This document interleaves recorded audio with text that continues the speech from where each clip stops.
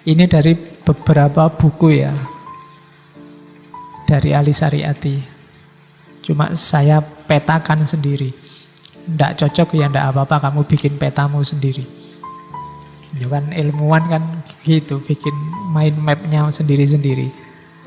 Yang pertama, asumsinya tentang manusia. Katanya Syariati, manusia itu harus bergerak, tidak boleh diam. Dari being menjadi becoming.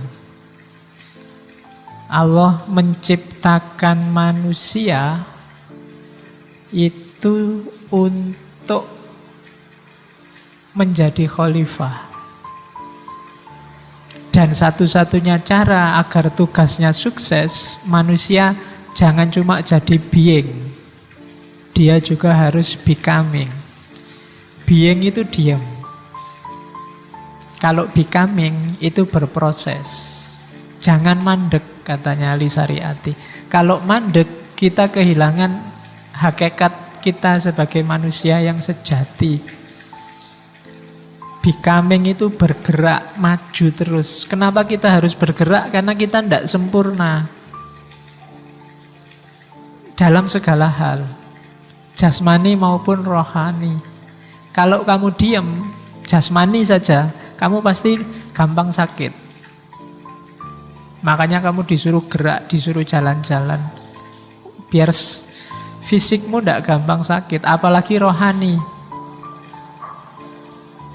Mental yang tidak berkembang itu penyakit. Kalau ada anak kecil kok mentalnya nggak berkembang, sampai besar pikirannya kayak anak kecil, itu kan penyakit. Sampai segede ini kamu masih suka nonton film kartun misalnya, itu kan setia sekali sama film kartun, sampai dibela-belain minggu pagi tidak kemana-mana. Nah, ini perlu diperiksa. Iya, yang lain sudah gandeng pacarnya, kamu masih jajari Doraemon sama Dragon Ball. Ya, nah itu kan bermasalah. Kamu harus gerak dong, progres, ada perubahannya. Harus becoming. Dulu bagaimana, sekarang bagaimana, tidak masalah. Jadi jangan mau disuruh konsisten untuk urusan bergerak ke arah yang lebih baik. Kalau pacarmu marah-marah, kamu nggak seperti dulu lagi. Loh, justru itu manusia yang bagus. Selalu becoming. Jadi, ya dulu aku nggak ngerti, sekarang kan aku baru sadar. Makanya nggak seperti yang dulu lagi. Oke, jadi itu becoming. Dari being menjadi becoming. Jangan statis dalam hal apapun. Oke, termasuk ngaji, termasuk baca, termasuk nulis. Yang tulisannya sekarang sempat diterbitkan, entah di koran, di majalah, atau jadi buku kayak yang Suluh Kebahagiaan itu jangan dianggap itu final. Itu baru awal. Yang belum ngawali, ayo diawali. Yang sudah lama, ayo disempurnakan lagi. Tidak ada yang paling baik. Kan ada istilah di atas langit, ada langit itu. Karena kamu nyari contoh yang lebih dari dirimu, atau yang lebih dari yang kamu idolai, itu pasti ketemu. Pasti banyak. Jadi harus selalu becoming. Oke. Nah, untuk bisa becoming, untuk bisa berubah, katanya Syariati, syaratnya 3. Sadar, bebas, kreatif. Sadari siapa dirimu, posisimu, targetmu, keinginanmu, jati dirimu, dan seterusnya. Itu sadar namanya. Kalau kamu nggak sadar, sudah nggak bisa ngapa-ngapain. Orang yang nggak sadar itu nggak ngerti dia ngadep ke belakang, ngadep ke depan. Orang yang tidak sadar itu tidak ngerti kalau sepak bola dia itu kiper atau striker. Kamu harus sadar posisimu dalam sejarah. Kalau harusnya kamu back, tapi kamu merasa dirimu striker, yo hati-hati, gawangmu akan bolak-balik kebobolan. Kalau kamu kiper tapi kamu merasa dirimu wasit, lebih susah lagi. Kacau lagi kalau kamu sebenarnya cuma penonton tapi kamu merasa pemain. Loh iya kan? Loh, banyak loh kasus hari ini penonton tapi merasa dia pemain. Ikut marah-marah, ikut nabrak kiri, nabrak kanan, ikut ngeritik kiri, ngeritik kanan. Ngapain wong kita penonton? Penontonnya ditonton aja. Kalau ada gol ya kita ikut surak-surak. Kalau enggak gol ya kita ikut malu. Biasa aja. Tapi sekarang kan banyak yang penonton jadi pemain. Maka sadari dulu posisimu. Setelah sadar apa? Bebas. Selama masih banyak ketergantungan pada apapun, benda atau orang atau aturan atau undang-undang atau apapun, kita tidak akan bisa bergerak. Bebaskan dirimu. Berarti proses pertama untuk becoming adalah membebaskan diri dari kungkungan apapun. Baru yang ketiga kreatif. Kata-kata kreatif berarti ada yang baru, yang beda sama yang kemarin, itu kreatif.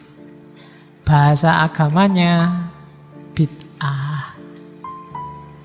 Jadi justru untuk becoming itu bid'ah lah, kreatif lah. Lah kalau kamu nggak berani kreatif ya nggak akan ada yang berubah. Kekuatan imajinasi dan kreativitasmu harus main. Kalau hanya manut saja dengan yang selama ini berjalan, berarti kamu tidak bebas. Bebaskan dirimu dan kreatiflah. Yontah dalam segala hal wis kreatif. Mungkin caramu menangkap ngaji ini, yang lain cuma dengerin, ada yang nulis. Mungkin kamu sambil ngapain, kayak yang kreatif. Biar lebih masuk. Kan ada itu gaya belajar setiap orang macam-macam itu kan. Kreatiflah sesuai gayamu.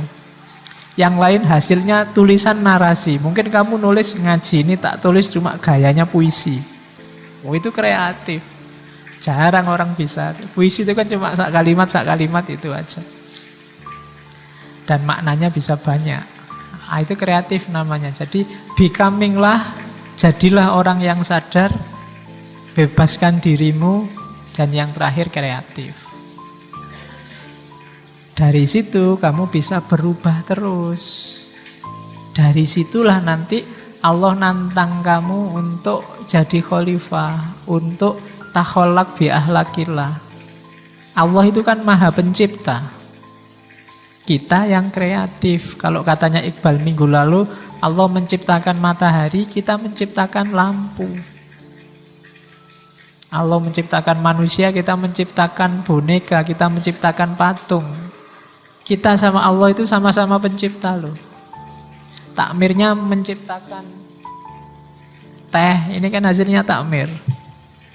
Ciptaannya takmir. Ciptaan sama-sama mencipta. Dan kreatiflah di banyak hal. Dengan koridor takholak bi ahlakillah, dengan tugas sebagai khalifah. Khalifatullah itu tugasmu ngopeni, mengelola dunia. Tidak sekedar khalifatul muslimin, tapi khalifatullah fil ard, di muka bumi. Jadi seluruh dunia, tugasmu adalah momong bumi dan isinya. Nah, maka momonglah yang bagus. Jangan malah jadi aktor yang merusak bumi dan seisinya. Terus perhatikan selanjutnya ya, katanya Ali Syariati, ada 4 penjara dalam hidup kita. Taklukkan 4 penjara itu. Kalau enggak, kita enggak akan bisa sukses menjadi becoming dan menjadi khalifah. Yang pertama, penjara alam. Lingkungan sekeliling kita. Taklukkan itu. Hari ini hujan, taklukkan hujan. Jangan kalah oleh hujan. Makanya pelajari mekanisme hujan, pelajari air yang turun, terus bikinlah teknologi payung, teknologi jas hujan. Itu kan kamu bisa menaklukkan hujan sudah. Jadi kita tundukkan alam dengan sains. Baru kita bisa keluar dari kungkungan alam semesta. Zaman dulu orang ilmunya belum berkembang, dia belum bisa menaklukkan alam. Maka dia banyak dikooptasi, dihegemoni oleh alam.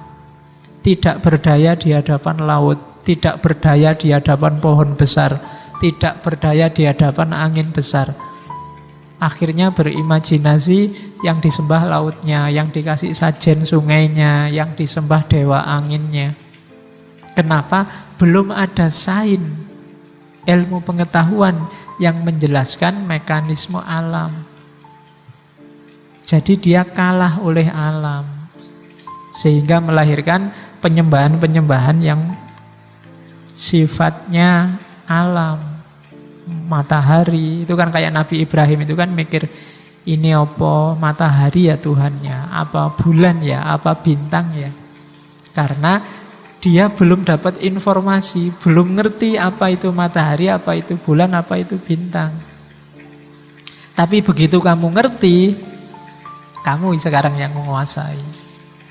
Begitu kamu ngerti hujan, oh kalau hujan cuma air kok yang turun, gampang aja, kita bikin aja baju yang tahan air, lahirlah jas hujan.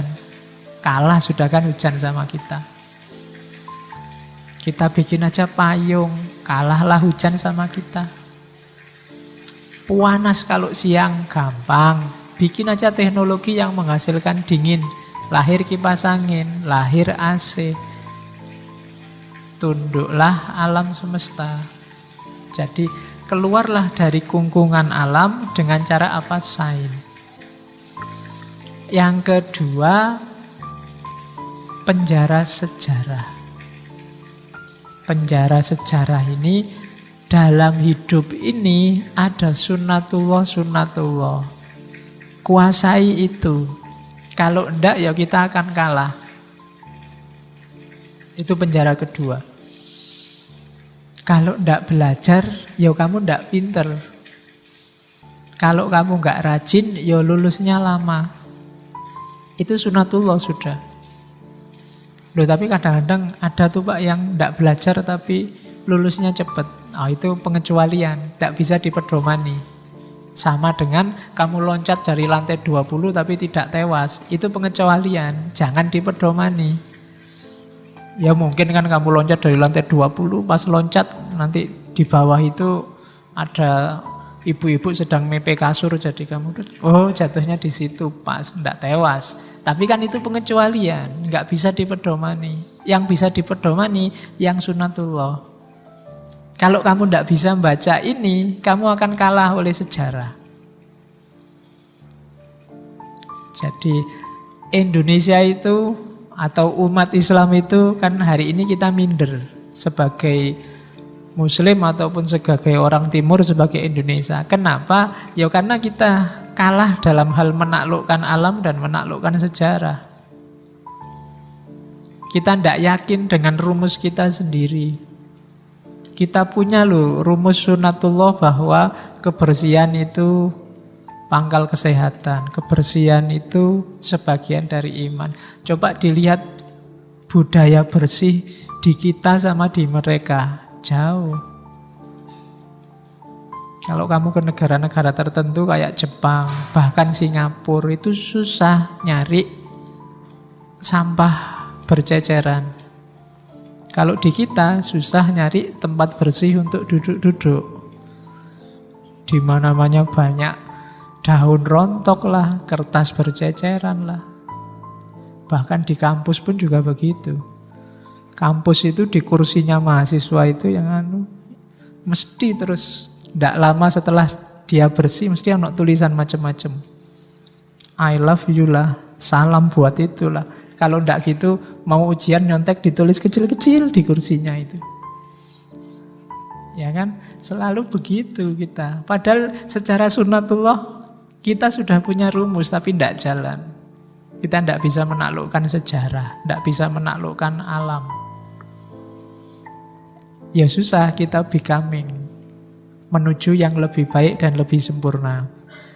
Terus penjara yang ketiga, masyarakat. Hati-hati, kadang-kadang masyarakat juga jadi penjara. Ada konvensi-konvensi yang merugikan perkembangan kita menuju ke yang lebih baik dan lebih sempurna.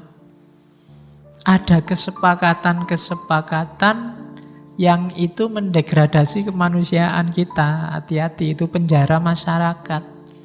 Tidak mesti suaranya orang banyak itu baik dan benar. Ya kadang-kadang ya keliru. Karena masyarakat itu biasanya logikanya tidak pakai logika benar salah, tapi logika kerumunan. Logika kerumunan itu yaitu kayak teori psikologi sosial. Satu bilang A, yang lain ikut A semua. Apalagi yang ngomong A ini orang yang dipercaya. Otomatis semua bilang A nanti. Ini namanya logika kerumunan. Ya kayak kalian itu loh, kadang-kadang kalau ngumpul cowok sama cowok banyak, terus ada cewek lewat, itu berani sweet-sweet cewek gitu kan. Tapi begitu sendirian ada cewek lewat, kamu gemeteran. Ngomong aja enggak berani. Nah itu logika kerumunan namanya. Kamu beraninya kalau rame-rame, sendiri-sendirian diajak ngomong aja kamu deg-degan. Gemeteran, enggak berani. Nah ini jadi kerumunan itu sering jadi penjara kita. Kita jadi enggak otentik. Ya kayak demo itu kan, mahasiswa demo. Itu kan mesti ya kerumunan. Demo sendirian ya kamu dipanggil polisi. Mesti kan bareng-bareng. Waktu bareng-bareng kan militansimu bangkit, orasinya teriak-teriak macam-macam. Itu karena banyak temennya. Kalau kamu demo sendirian susah. Jadi masyarakat sering jadi penjara. Kadang masyarakat juga menyepakati hal yang keliru. Jadi urusan benar atau salah jangan mengandalkan jumlah. Hari ini kan banyak orang logikanya mayoritas dan minoritas. Enggak, itu bukan ukuran. Bahkan Nabi bilang, ada kan hadis ramalannya Nabi itu, besok di akhir zaman, umat Islam itu jumlahnya banyak. Tapi seperti buih di lautan. Jadi buih di lautan itu ya bareng-bareng ngumpul terus bubar. Bareng-bareng ngumpul terus bubar. Dan gampang dipermainkan. Nanti di akhir hadis itu ketika para sahabat tanya sebabnya apa kayak gitu ya Rasulullah, antara lain adalah hubbud dunya wa karahiyatul maut. Suka dengan dunia, benci, takut dengan kematian. Karena jatuh cinta sama dunia, khawatir dunianya dimiliki orang lain, khawatir dunianya dinikmati orang lain, terus menyepakati hal-hal yang kontraproduktif dengan kebenaran. Itu yang bikin kita jadi seperti buih. Akhirnya yang bunyi kepentingannya sendiri-sendiri. Khawatir kehilangan dunia. Itu ramalannya Nabi. Semoga masih belum kejadian. Besok-besok aja kejadiannya. Ya, jadi jangan sampai ada yang di sini yang jatuh cintanya sama dunia.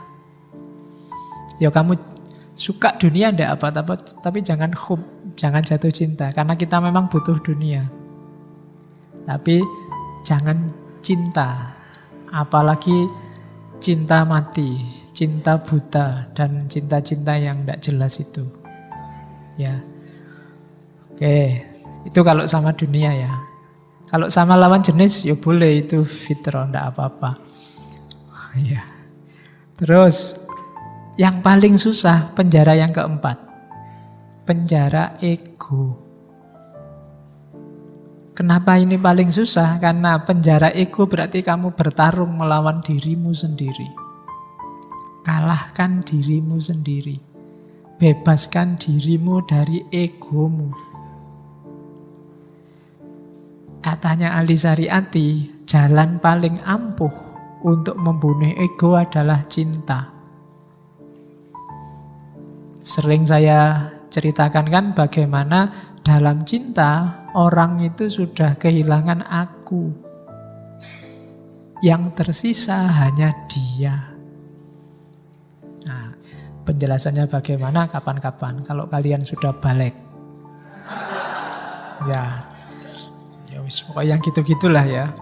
Oke, jadi penjara ego.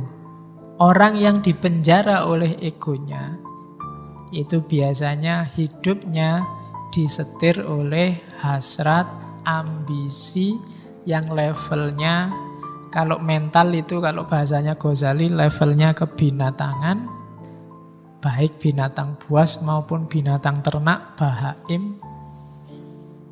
Kalau itu dimensi kepemilikan, itu ya cinta dunia.